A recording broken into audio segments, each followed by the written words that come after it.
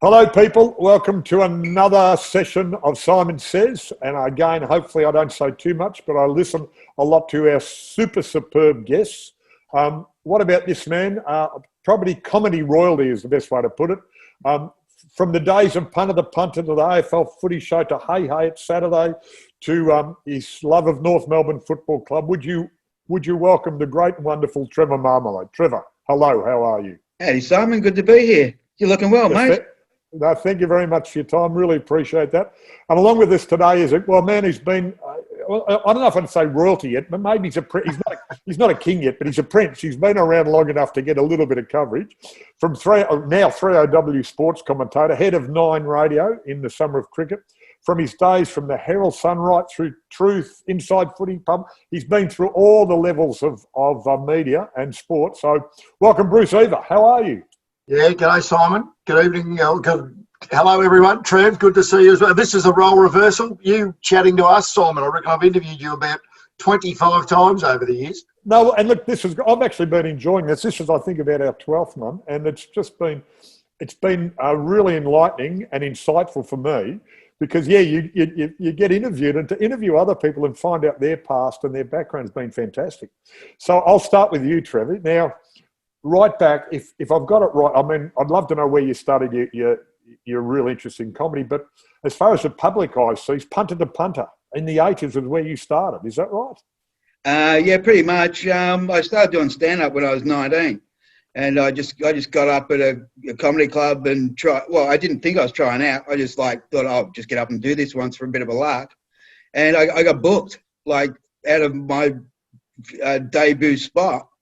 And I mean, I wasn't great. I mean, it sort of got laughs, where I thought it would get laughs. But I mean, the fact that I was 19 and I was up there getting laughs and sort of holding the crowd, the management at the club at the last laugh there sort of went, okay, yeah, we'll give you a spin, and I got booked straight away. So you actually became a regular at the last laugh from your first gig. From my first gig. So to be honest, I was a comedian, and I had no idea what a comedian did or how to be one, except I already was one. So that's a great start. Yeah. I mean, I had no idea you could even be a comedian in Australia, right? I mean, all my exposure to comedy, growing up were, English and American comedians. I didn't even know there was even a comedy scene in Australia at all. So I got booked out of my first gig, and I did my first gig, and the manager of the last laugh came up. Alan Petler was comparing the shows. He was booking the acts. He said, "How old are you?" I said, 19. He said, "How long have you been doing stand-up?" And I went, 12 minutes. Yeah, what time is it now? Right.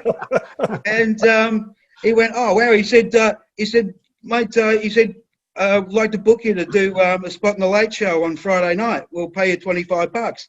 And not knowing anything, I said, "Okay, that's only 2 days away. I'm not sure I could write a new routine in 2 days." And he went, "What?" He said, no, just get up and do what you did tonight." I went, "Oh, really? Oh, okay." So and what did I do? Yeah. So I did, but the last laugh had just opened, and I was pretty lucky for me in that they'd been sort of running ads in the paper going, comedians wanted to play with a joke, but they had a soft opening in that they weren't having their press night for about a month or so after the opening. And they wanted to have someone young and new on the bill. So basically, they just I worked every night leading up to the big press night. So I could be that guy who'd walked in off the street. I was going to say, so much for the really hard struggle to make it, mate. They just walked straight in. Well, it was. I was going to say with Bruce, while we're talking about starts, you've been a media person for so long now. It's like it's in your blood. How did you start? Did you just get asked to write a story and there it went? No. Well, it's I was lucky. Well, I worked out pretty early that I wasn't going to be able to play sport at the highest level, but I was obsessed with sport and was lucky enough to go to Haileybury College and the late. They like this sport. Yeah, absolutely, and played sport all year round, but knew I wasn't going to be good enough to play at the highest level, not by a long shot. So I wanted to be involved though, and probably the turning point. I lived opposite son photographer, Craig Borrow, who was a really good. So I thought for a while I might have a crack at being a photographer. That was like year 9, year 10. I couldn't take a photo of a wall, let alone anything half reasonable. And the late great Stephen Phillips, who was an old boy of Haileybury, he came out in year 11, so 1984, and gave a lunchtime talk of a typical Sunday at World of Sport. And it was hilarious. Obviously, the madness that used to be the 3 hours on a Sunday morning into Sunday afternoon. And I walked away from that thinking, I've just got to. I was always told I had the gift of the gab, so I've got to get into the media. I applied everywhere. Cut a long story short, I was lucky enough to get a cadetship on the Herald, before the Herald and the Sun had actually merged. So my first day on the Herald, I didn't even go to uni. Straight out of HSC at the end of '85, I started on the Herald. My first day on the Herald as a copy boy, which was like a glorified messenger for the first year of your cadetship, was the day the first space shuttle blew up, late January 1986. So it was a massive news day for the Herald, given it happened at about 4 a.m. Our time. And I've never known anything else. I've never worked anywhere but in the media since leaving school.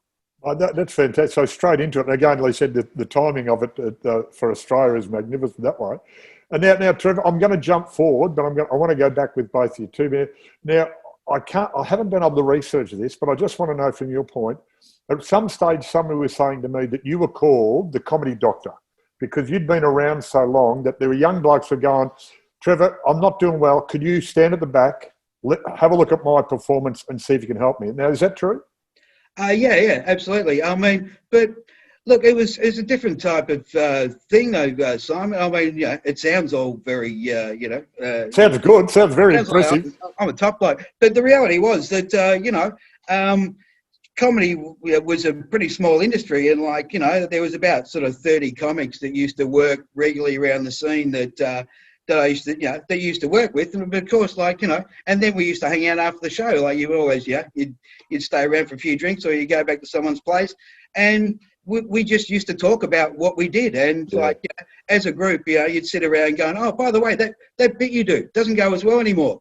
And they go, you changed it. You used to say it like this, and now you say it like this. You've got to, you've spoiled the premise. Yeah. And we talk about it, and basically it was just really organic like that. In that, if I was standing up the back of the room watching another comic do their act, and I thought of a joke, or I thought they were going to do a joke, and it sort of went another way, then I always go, oh, by the way, that bit you do, you should say this. Yeah. Should chuck that in, right? Because, well, the thing is, it's boring if we all get up there and talk about the same topics, right? I could be watching that comedian going, oh, he didn't do that joke, I'll do it. But you go, oh no, but as I say, you don't want everyone talking about all the same things. Yeah. So, I'd say, you should chuck that in. And the thing is that, it's such an easy thing to do, but, when you're a professional comedian, if someone gives you a joke that stays in your act for years, then you're actually putting food on the table. Yeah. Right? Yeah. So there was a great bunch of us used to always hang around, and we'd talk about our stuff, and finished up, as people sort of got TV gigs, was kind of like Goodfellas for me. I mean, basically everyone that started after me got on TV before I did, but it was kind of like, but when Joey gets made, it's like we all get made, right? So, so I wasn't on TV, but I got lots of gigs writing for my friends who were. So, and a lot of the shows that they did at the time, we'd sit around all night, watching sport and having a few laughs. And after you do that, with a bunch of people for a long time, all these ideas start to mount up. And one day someone will go, hey, I said we should write some of this stuff down and do a show. Yeah, so fantastic. That's kind of how those shows started. And, my friends of that did those shows. If I wasn't in it, they'd ring me up and say, oh, come and direct it.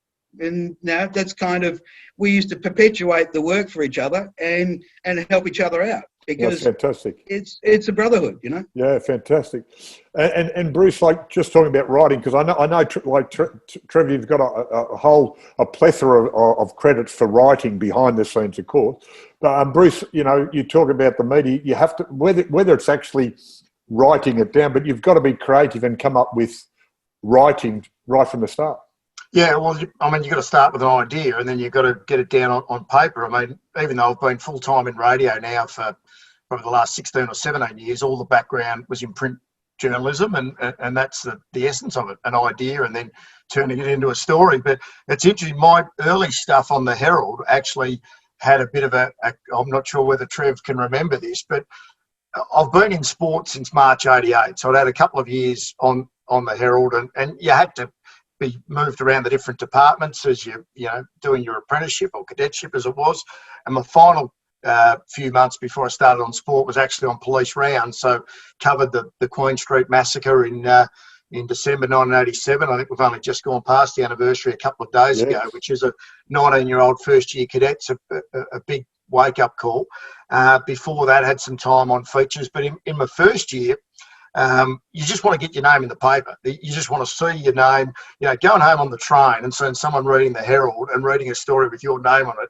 You almost felt like elbowing them, saying, yeah, that's actually me, So my first few stories, did a couple of pub reviews back in the days just to get in, little 8-part things on, I reckon, the Keysborough Hotel and the Boundary Hotel down in East Bentley were the first two I did. But as Trevor will say, that's around the mid-'80s is when comedy started booming. Yeah. And I can't even remember how I met him, but I remember after, it was probably my third story ever in the Herald, was an interview with Russell Gilbert. And a great friend of all of ours who hasn't enjoyed the best of health, as we know, in recent years. And then from that, did a couple of stories on him. And then there was a great show. I can never forget, I hope Trev remembers it, the Bizarre Laugh Triangle. And it was Russell Gilbert, Trevor Marmalade, and Glenn Robbins. How's that for a lineup? Oh, that's not a bad lineup, is it? Yeah. That's fantastic. The Dick Whittington Tavern in St Kilda. It was $25, which got you a 2 or maybe even a 3-course meal and the show. How's that for value? And I remember doing a couple of reviews on that. Trevor, I probably had the least to do with you of the three of you, but it was a sensational show. You can imagine with 3, comedy gold from these guys. And that was probably, I don't know, in the first 10 stories I ever wrote in the Herald were stories about these guys as the comedy industry started booming. Well, mate, I was going to say that. Yeah, go on, Trev. That's fantastic. Yeah, no, it was fond memories of that show. It was a great fun show to do. But that was the thing, is that comedy started to boom because there was no TV to do. We didn't even think that we'd ever be on TV or radio, or mainstream radio, put it that way. So comedy, the ambition for any comedian was to be good enough to do closing spot. Yeah. Okay, that was really it. And and we worked on our art. We didn't really consider that it was going anywhere other than to perform live. But in doing so, there was a core of, as I say, 25, 30 comedians back then who worked on their art for 10 years. So when the opportunity came to go on TV, they were actually really good comedians, and not only that, but had a drawer full of material that they could use that had been tried and tested on audiences. Yeah. So when the comedy company started and the big gig and fast forward, people had, Kath and Kim, the girls used to do that on stage in 1984, right? So these characters, they're developed, right? Yeah. They're not just guessing. They're actually fully rounded, and they know when they're writing how those characters would react in any situation. So, yeah. But I'll tell you a story about that show, Bruce, is that basically I think we did about 6 months run in the finish at the Dick Whittington Tavern, and we finished up doing another version downstairs at the Last Laugh, and a guy turned up who was a producer from Second City in the Canadian comedy show, which spawned up all John Candy, many Rick Moranis, many greats. And he was really impressed with the show. He said, "Oh, do you mind if I tape it?" And we sort of went, "Oh, okay, this is a big shot producer. So this could go somewhere." Anyway, he taped it, and I don't think we ever saw him again after that. But a year later, I was actually in LA, and they had the Second City Club in Santa Monica. And I went there with another Haley Breed boy, Steve Marshall. We were actually So we were tripping around the States together. I said, oh, no, we've got to go to the Second City Club. I'd love to go. And we sat there and watched the show. And at the end of it, Steve turned to me and said, wow, there were some really similar bits in that show to yours. And I was going, yes, because I'm sitting there going, I don't want to be like some sort of egomaniac saying these guys have ripped me off. But like it was so yours. many bits of the show were obviously derivative. Put it that Very way. good. Derivative is very, very nice way of putting it, mate. Derivative. Well, That sounds great. I've always wondered about. I mean, plagiarism, in the media, it's almost the greatest taboo. And I'd imagine we're all sort of in the same melting pot, the entertainment sort of industry. I imagine plagiarism in the comedy world is rife. Well, people think that. I mean, that was the great thing about the scene back in those days in the 80s, because we all worked together. We all knew each other's routines inside out, and there was a code of honour. You did not do that, right? So we were original comedians, and we took pride in being original comedians and writing our own stuff. Because at the end of the day, this is what I tell young comedians when they ask me. I say, you've got something that nobody else has got. And they look at you like, what are you talking about? I say, you have your story, you have your voice, you have your own independent, view of the world. You have your background that nobody else has. Find that, talk about that, and, that's how you become a comedian. Like, people go, oh, who are your influences? Well, nobody, right? And for all comedians, like, sure, there's stuff we watch that we think's funny, but the thing is not to be influenced by it, is to do your own thing. And, I was going to say that's really important, because I've always said, and this is why I think, comedians taking the Mickey out of politicians, all that's really important, because to me, comedy is an intelligence, because you take something here that's not funny, you take something over here that's not funny, and you put them together, and it's hilarious. And that's almost an intelligence, because there's people who can't do that. They can't see past what's in front of them, and can't see, the obtuse or the strange or the angle to actually bring it together. Well, that's right. I mean, and it's a convergence of ideas. But I'll tell, and just to illustrate the point about how there was a code of honour amongst the comedians in Melbourne, is there's a story which many of the locals will remember well, in that someone actually broke that code one night. We were all at the Dick Whittington, and there was a whole bunch of us standing at the back of the room, some who'd been on the bill, some who just dropped in for a drink. And a guy got up and, was plagiarising material left, right and centre from the people standing in the audience, right? And I was hosting the show, and I got up and I back announced him as Melbourne's greatest cover comedian. And people still talk about that day, right? People like come up to me, I remember that, and like, because everyone fell about the place, and the guy got the message, right? He never did that again. No, that's good. So yeah. Yeah, I'll go to both, but Bruce, like, it's really interesting. And because, Trevor, you talk about not much comedy then and now how it's grown. For you, Bruce, the change of, like, we're doing a podcast. So the opportunity for anybody in any household to be able to produce something is interesting. But you in the mainstream media, how has it changed in your time? And you had a lot of experience from the old days of The Truth, which was the pink paper with all the sport in it, right through to now. And I had a couple of other pictures in it too. And now you've got so much mainstream media as well as social media. And how's that for you? Yeah, it's a saturated market, Simon. There's no doubt about that. Just on The Truth, I was only there when it was Truth Sport. When it was Truth Sport, okay, there was a salacious magazine called The World, which was separate to it. And I went there in the middle of 1994 when Mark Day, just before he went under, actually, financially that is, he still owned it.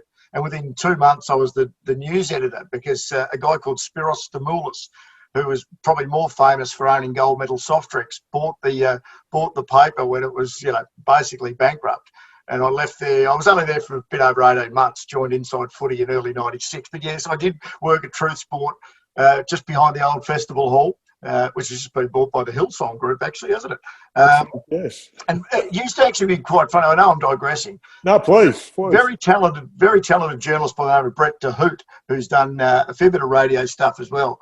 And on this magazine, The World, it wasn't all about, say that. There was some we can blank that out later, as they say. Yeah. That's okay, yeah. We're not live, are we? We are going to be edited. And I reckon his best ever interview, which we used to listen into, he rang, it was when Jeff Kennett was just going berserk in terms of changing Victoria, a lot of it for the good. And he was trying to bring every event here. I think it had just been announced that we'd pinched the Grand Prix from Adelaide. And he rang the Egyptian ambassador in Canberra, Brett DeHoo, and he wanted to get his official comments on what he thought of the push by Victoria to lease one of the pyramids for a period of 12 to 24 months. And one of the pyramids would be dismantled and shipped out to Australia and rebuilt on the banks of the Yarra. And the fact is that he did it as a straight interview is one of the funniest things I've ever heard in my life. But they're the sort of days that we're enjoying back in the truth days. But there's trouble now, mate, is if people actually believe that will be happening, you know. Yeah, exactly. Yeah. But in terms of the competition now, I mean, when I started, it was, the three newspapers, the Herald, the Sun, the Age. There wasn't even a specific sort of sports show during the week on radio. Sports Today on 3AW, I think, started probably in the mid-90s, early to mid-90s. Even with live sport, we were back in the days still when you were playing. It was just the replay on a Saturday night for 2 hours on Channel 7 and the winners on the ABC. To where we are now, everyone's a journo when they've got their camera and their phone. It's a completely different world. No, it's amazing. And just looking back on those times, for you, Trevor, I mean, Hey It's Saturday, I can remember watching it from when it was, people forget it was in the morning. It was supposed to be a kid's show, and then, of course, it was never a kid's show. It was for the kids could watch Aussie Ostrich and see this stuff toy, but all the double meanings and the stuff behind it. For that to become so big and you become such an integral part of that, how was that for you? Well, that was fantastic, I have to say. I mean, and it's another example because Russell got the gig, to when it went from being a morning show to the Saturday night version. Russell got a gig on there, and they said, "Oh, who do you want to work with?" And he said, "Me." Very nice. So suddenly found, Russell and I were sitting around a room with Daryl and Ernie Carroll and Pam Barnes and just shooting the shit about what was going to be on the show. I mean, we were called creative consultants, which is it's like a writer that never picks up a pen. I like that. Well, it's not scripted, right? So, yes. So it's more of Daryl comes in dressed as a banana. Okay, yeah, right. Away we go, right? It's purely to come up with stuff to set a platform for everyone to interact. But the thing about it was that, I'd had a few jobs in TV, like I directed a show, I'd produced other stuff, but I was there sort of, writing with Russell and directing his stuff, producing it, sitting on the edit, and in between, sitting around with Daryl and Ernie Carroll and Pam, as I say, and what you learn about television production, sitting in that room with people like that, is just absolute gold. I mean, Ernie Carroll speaks and you learn in a sentence something that took him 10 years to figure out. Yeah. And that was a great experience. And it also meant that when we started the footy show, basically, I mean, it was a real, it wasn't sort of a production team laden with live entertainment expertise, it has to say. I mean, we were a very low priority and there was not much budget. And so consequently, I mean, sitting in that production room, I mean, I probably had the most experience by far of anyone in live entertainment. So I was, so I was able to be a strong voice in that room and, and help, Eddie and I had talked, about what we wanted it to be. And, between the two of us, steered it in the right direction. I mean, him from his hosting point of view and me just about, what the content was and, what works and what doesn't. And it's amazing when you're sitting around production meetings, in the footy show, how things would come up very similar to that I encountered on Hey Hey.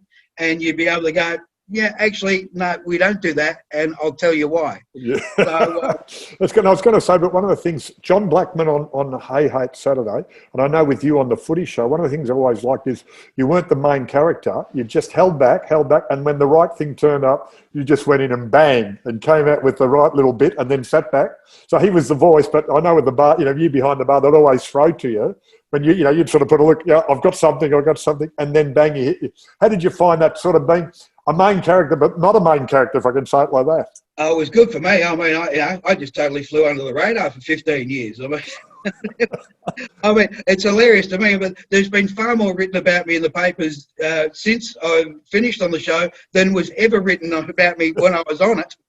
But meanwhile, my colleagues couldn't stay out of the papers and out of the media. And no, it was very handy for me to just fly under the radar like that. But on John, I mean, I sort of hadn't really sort of thought much about it. But once I started working on the show, John was actually, in his own way, though you never saw him, he was kind of the star of the show. Yeah. I mean, between the phone ringing and the chipping in over the tops and just the voiceover reads and, the head on the stick would come up. I mean, really, it was... it was John's humour that was all over the show that really drove it. I mean, Ernie was great sitting there as the ostrich with his little, sort of cracks here and there that you hardly even notice, but you just make you absolutely pissed. And John was actually massively a driver of the success of that show. Yeah, and as you say, you never saw him. Yeah, it's very good. Yeah. So, and Bruce, well, for you, for that, like, in the media, you have, like you said, you want to see your name there, and of course, there's this, you need to be seen because you get work if you're good at it. But for you being that sort of in that industry, how much do you want to be the story, and how much do you not want to be the story, so to speak?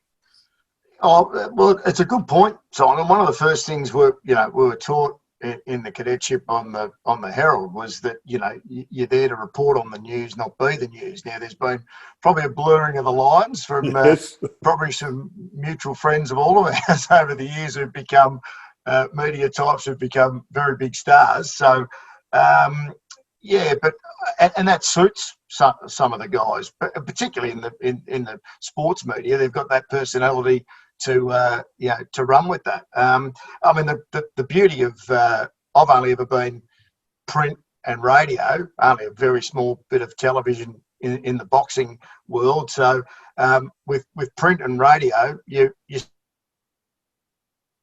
we've just lost still anonymous. They might know your name, they might know your voice, but there's no. Yeah, you still got me there? Yeah, you're still anonymous. They know your name, but they might know your voice if you've got a distinctive voice, but you still, you just walk around the streets. No one really has any idea who you are. So, and that's where, I mean, the three, I know we go into the digital space and that now, but the three main areas of media, that's why they're so different, but they're also alluring in terms of print and the two forms of electronic media. I mean, radio, a lot of people say with radio, it's basically been Twitter for, however many years that radio's been around. The immediacy of radio is what's always really appealed to me. Yeah, it's good. And look, my media career, someone said to me, I've got a face for radio, and a voice for writing, and you can't write. So that's where it's gone from. Sorry, Trev, I'm trying to be funny. I should apologise. I'm ever trying to be funny in front of you. Excuse me. It's working beautifully, mate. So just from both of you there, because what's the hardest thing you've had to go through? Because in these, there's a whole lot of experience, and I was talking to somebody the other day, and they didn't realise they had this really interesting conversation because I was talking about how successful people in any field, most of them, if not all of them, have had to get over some obstacles. So for you, has there been a time when you've gone, well, I don't know if I've got a job or I'm not getting where I want to go, or how have you found that? Bruce, for starters. Yeah, well, I guess the way it finished for me at SEN back in August 2007, I was one of the originals when SEN, I mean, the first day of SEN in 2004 was the day Hooksy was killed. So it was a very sad, sombre way for sports radio in Melbourne to start. And again, everyone at the station knew him one way or another. So I was there for 3.5 years, and I've been hosting the evening show when I was moved on. But as I often say in the media, maybe Trevor would agree with you. I mean, you've either been sacked or waiting to be sacked. Yeah. You're not trying if you haven't been sacked. So, I mean, for that, probably 18 months between August 07 and February 09, when I was picked up by 3AW, that was a really tough 18 months of just freelancing. Where you and it's not about calling in favours and stuff like that, but it shakes your self-belief a little bit. Yeah. I was, in my late 30s at the time, and you're thinking, well, where's the next, serious sort of gig coming from, given I'd sort of been around for a while, but around for 20 years by then. But, so, I mean, that's been the hardest moment for me. And then there's times in your job that have been, I touched on earlier, as a 19-year-old covering the Queen Street Massacre. Yeah. But even go back just 6 years, our second year of covering cricket on the network was the Phil Hughes summer.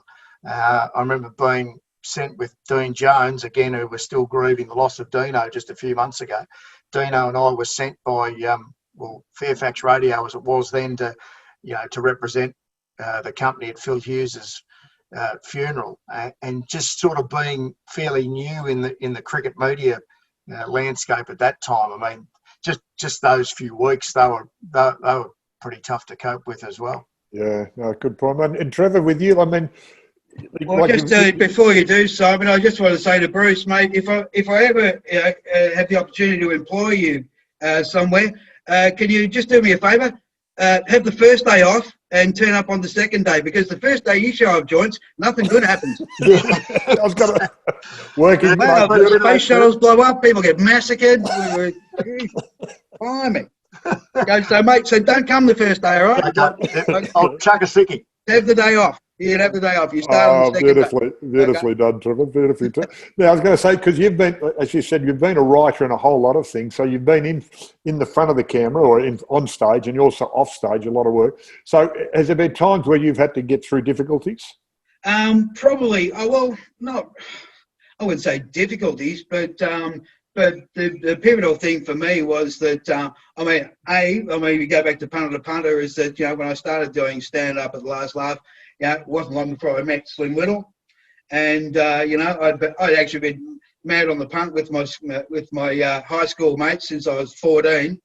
And they just started Punter to Punter. And so we got talking about horse racing. And the fact that he invited me to come and, do a spot on the show one week, really was pivotal for my career, in that I got to actually earn a weekly living as a comedian while I was figuring out what to do. Because while I say I was pretty lucky to get the work initially, considering what I was doing, I was just basically doing some old jokes with some stuff that I'd written to link it up.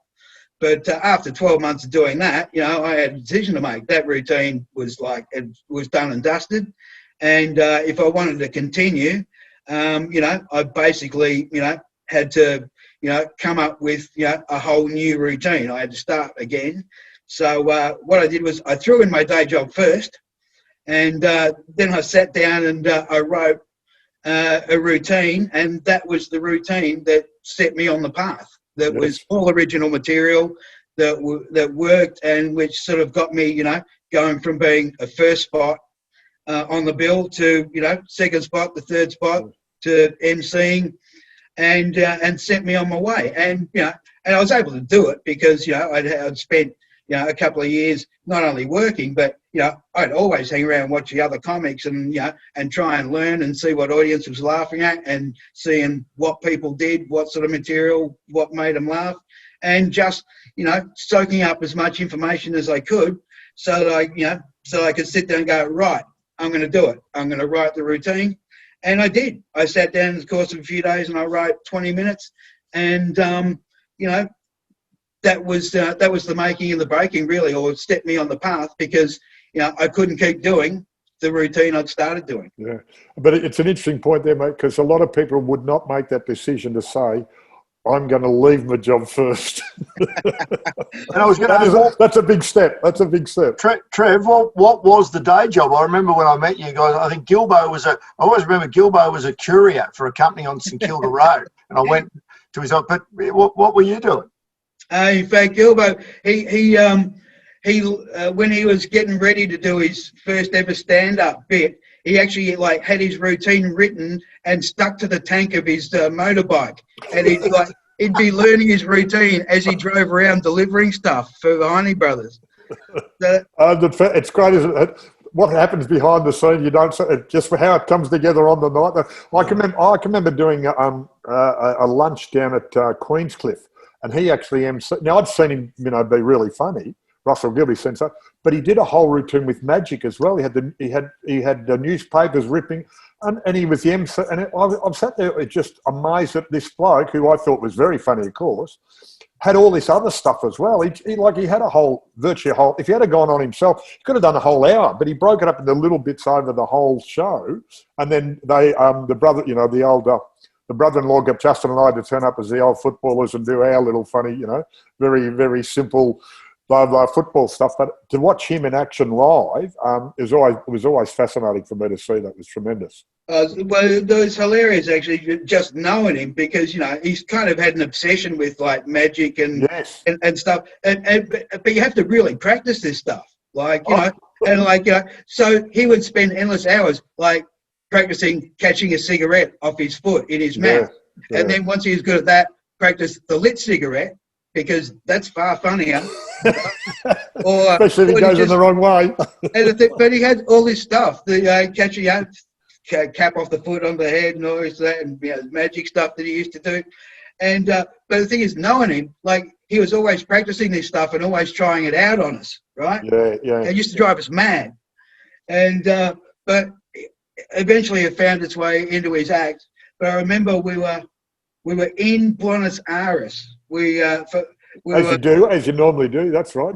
We got sent by Hey. I don't know how we pulled this off, but we got sent to Rio Carnival, and along the way we also had to do some other shoots. We went to Argentina and did a shoot at Iguazu Falls, etc., etc. Anyway, we finished up in a nightclub in Buenos Aires, and I have to say, Argentina, like we were in this nightclub. There was like 120 women and 30 guys, and they were like the 120 most beautiful women I'd ever seen in my life, right? But of course, if you don't speak Spanish, they don't want to know. They don't want to know you, right? But the Australian accent didn't work right. That doesn't work over there. So we're sort of minding our own business. We're a few of us there just having a drink together. I turn around, and Russell's in the corner of this club in Buenos Aires, surrounded by women, like kicking a cigarette off his foot into his mouth, and ripping up the piece of paper and doing all those things. And I went, now I see. Yes. Now I see the value of all this time that you've wasted as a grown man practicing this shit. Oh, that's great, mate. That's very good. Yeah, magic does wonders. Now, gentlemen, look, it's great. So I really enjoy this because you just get insights that you don't normally see in other situations. The industry you're in, Bruce. Now, can you look at how it's going? I mean, sport is developing and growing, and there's more female sport, and there's more access to sport, and there's more cricket. I mean, is it going to get too big? Is it going to dilute, or how do you see it? Oh, well, it's volatile. I mean, that's 3AW, for example. We're now owned by Channel 9. We're part of the Channel 9 family. They took over 13 or 14 months ago. And we've actually just, from a radio perspective, we've just had our cricket coverage axed. It hasn't fitted with the program scheduling they wanted, even though there was 4 years of the deal with Cricket Australia still to go. So a bit quieter this summer. It's ironic, actually, given the fraught nature of the Cricket Australia Channel 7 relationship at the moment, and where 9, who knows, over the next couple of years may come back into covering cricket from a TV perspective. So it's certainly this year has shown, like for example, with calling the footy on 3AW this year. At first we were doing the games at the Melbourne venues, or Marvel, MCG, and Cardinia Park from the grounds at the empty stadia. No travel interstate, of course. But then when the season resumed, we called the rest of the season just from the studio at 3AW. From off the TV, yeah. Off the TV, and just had the one big monitor. So I think the TV guys were doing it with multiple monitors with down the ground footage and the like. So when the director decided to go with the funky far away shot, and you're trying to guess who the little bloke, that tall on the far wing was when you're calling it for radio, that made it interesting. But it took something away from it as well, in terms of there's something about calling live sport at a venue with a live crowd in the atmosphere, but that was just the world we've been living in this year. So it's a moving, fluid beast, covering live sport at the moment. That's for sure. I'll tell you what I worry about, Bruce, is that my son's 18 and he loves his sport, but him and the kids their age, they don't pay for a single thing, right? No. They want to watch NBA, they can find us somewhere on the internet. Right, yeah. Like I pay my Foxtel subscriptions every month, and that's the revenue stream that goes back into sport and keeping it afloat. But the younger generation, like if they want to watch UFC, it doesn't matter what they want to watch, they can find it somewhere, and they don't pay for it, and they never pay for it. Go from A to B to you get this link to this link to this link to find it. I can't do it, but I know people who can. Well, exactly, and sometimes they'll be watching something that gets taken down halfway through, but then they'll just find something else. Yeah, it's amazing. There's people out there working on that. I always remember, just about live coverage. I always remember seeing footage of years ago of the cricket coverage done from England, but in Australia, and they were listening, and they were. They actually weren't listening. They were actually getting telegrams and feeds, and they were making up the conversation. And they had a little pencil and a wood to make the bang, to make the bat noise. That was the cover drive. The cover drive, and just maybe it's got to be a little bit more of that. Yeah. Well, I was only thinking before, the first game of footy I ever called was the Madden Marmalade Cup. It was Essendon, North Melbourne. I was blessed. The first few games I called the record comeback when North led by 69 points 10 minutes into the second quarter. Back in Trev might be about to curl up into the fetal position here. And I never thought we were safe, to be honest. We were 69 points in front. I still didn't think we were safe. No, but it's really interesting because we haven't touched on your sport, even though we're talking sport there. I was actually ruck coach for North Melbourne, and I was sitting in the box that game. And there's nothing that Essendon could do in the first half went right. And then Dennis is a great coach. He got all these ideas, and nothing that happened in the second half went right for North Melbourne. It's one of those, they talk about momentum. Well, that was the game of two halves. That was a game where you actually saw one team with all the momentum in one half, and then that absolutely changed completely to the other. And nothing would work. And to me, that's really the mental side of the game too. It may be tactical, but all of a sudden, everybody believes in the first half, and the other side doesn't. And the second half, it's the other way around. We believe we can do it, and the other went, oh, hang on. And as soon as you go, oh, hang on, it's gone. It was amazing. What about the scores that day as well? The youngsters these days, they would just shake 27 goals to 25. Oh, you're exactly right. I mean, that's about 4 weeks worth of footy these days. Now you see, they had players who kicked 100 goals. Now for the season, now we have teams who kick 100 goals for the season. That's where it's changed. Like I was going to say, Trevor, I know you're the great. You have been the passionate North Melbourne supporter. So while we're doing. I know, Bruce, I don't know if you've got one. You're supposed to be unbiased, but there must be one footy side that you grew up on. Well, I'm actually a life member of the St Kilda Footy Club, which... I knew that. Yeah. I just wanted you to say that. Yeah, which some would say it's a life sentence. Rather. Yeah, your suffering's the greatest, Bruce. It really is. Probably, I MC, I don't know, about 80% of their functions, 80 to 90% of their functions, and it is, it was Dad's fault. The deal was made. Mum was Melbourne, Dad was St Kilda. So any boys I had be the Saints after Dad, and any girls, I've got two older sisters, Melbourne after Mum. And so it's been a lifetime. I mean, I love the club, almost as much as I love my own kids. And they're all St Kilda as well. They're not getting out of it just because of the pain and misery that I've had. So all 3 kids are saints as well. But it's that's an old story, mate. You can borrow for any team you like. But if you want to live in this house, correct. Yeah. Now, and I've got to say that now, Trevor, just a little bit. You've obviously been a lot involved with North Melbourne. Are you as involved as North Melbourne as much as you used to be, like doing functions, or you just watch, or how's your connection with it? It's been a very hard year to connect with any club. Well, yeah. No.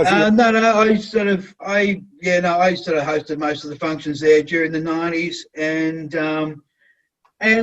yeah, I mean, it was a great thing to do in some respects. On the other hand, I kind of did it for a number of years, and I got sick of going to the footy at midday, wearing a suit and tie, and driving there thinking, what the hell am I going to say to the crowd? Yeah, that's right. So and at the time, Francis Traynor, who was head of North Marketing at the time, he finished up early 2000s, and I went, okay, yeah, if you're finishing up, then I'll finish up too. Time for a change at the Guard. And because I was just looking forward to turning up at 2:05 and buying a bratwurst dog outside the MCG and feeling tomato sauce run down my chin, rather than having to do a gig and sit there and eat rubber chicken. Yeah, beautiful. Now we're going to run. We're not that we're going to run out of time, but I'll put it on a certain time, because I think we get a lot of stuff done in a certain time, and we don't want to go any longer, because the young people out there, if there's any listening or watching, they sort of drift off after. So if there was, I thought we were just warming up. Yeah, I know. Well, we can always have version 2. Don't worry, we can always have version 2. I always ask this: if someone now, talking about young people going into your industry, is there one little bit of advice that you could give them, Bruce, first, that you'd say, if you're going to go, because you started as the apprentice, that type of thing. Yeah. But what would you say to them? One thing that could be good for them? Persistence. Yeah. Just persistence, and take absolutely any offer or opportunity to get a foot in the door. And the angle I always use, one of the best sports photographers we've now got in the country, Michael Klein for the Herald Sun. He started 2 weeks after me on the Herald back in early '86. He was a messenger, just a messenger for 2 or 3 years before he got a spot in the darkroom. And for those watching this today, go in the darkroom, pre-digital photography, and he's the perfect example of someone who just stuck at it, wanted to get an opportunity to be a snapper. So it's persistence, and just take any opportunity anywhere to get in any type of door at a media organisation, and then it's not half the battle, but that'll at least get you in front of the right people. And Trevor, there's a whole lot of people out there who think they're funny, and they're never going to be funny. But what's one thing, like, I can remember seeing a young fella get up on the stage once in a comedy, a short-lived comedy place, and I watched him die on stage. Like, literally, he picked the wrong crowd, the wrong jokes. And he finished, and it was a polite crowd, and as he walked off, he went to himself, and I said, what a great learning experience, as long as it didn't burn him, So a lot of people don't think they're funny, but it's as I said, for you, one thing to the young comedian or the young wannabe comedian. Oh, I think what I said before, Simon, in that, you have something unique in that it's you. It's your voice, your perspective, your story, your background, your history. And, that's what you draw on, because, what a comedian needs to do is find their persona on stage, or bring their persona to the stage in a way that works for them. And, you've got to find what works for you. And Russell Gilbert is is a great example in that, Russell broke all of the rules, right? Absolutely broke all the rules, but what he did worked for him. And, and that is the key, and you just got to find yourself. That's fantastic. Gentlemen, look, it's been an absolute pleasure as always. Trevor, the great is, I think we can get to stage now, the great Trevor Marmalade, you can say that. And I'll say the very good Bruce Eva. I think it's just a little... I'm happy to cop that. Thank you very much for your time. Just before we finish, I've got a confession to make, and I never use it on microphone, but if anyone ever asks me, got a quick gag or something like that, I always say, Trevor Marmalade, I said, that's not his real name. I said, really? I said, yeah, it's Roger Marmalade. boom, boom. and they still laugh. So I confess, sorry, Trev, I've used that line for years, and it's Right, if you, like the old story, mate, don't get any new material, just get a new audience. That's always the one. Yeah, no, it's I used to do that joke. I mean, yeah, it's not my real name. My real name's Peter Marmalade. I changed it for tax reasons. Beautiful, well, what a beautiful one to finish on, gentlemen. Trevor Marmalade, Bruce Eva, thank you very much for your insight. Thank you very much for your time, and good luck for, well, let's say good luck for 2021, because we've got to look forward. Good on you. Thank you. Thanks for having us, mate. Good to see you, Bruce. Good to see you, Trev. Okay.